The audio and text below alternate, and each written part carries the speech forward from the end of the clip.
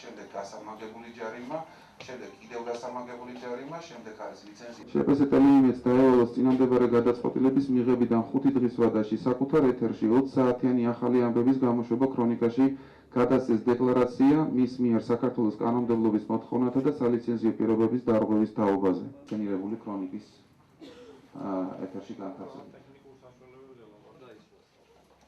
იმიტომ თქვენ შექმნეს ეს არ არის თვითრეგულირების მექანიზმი.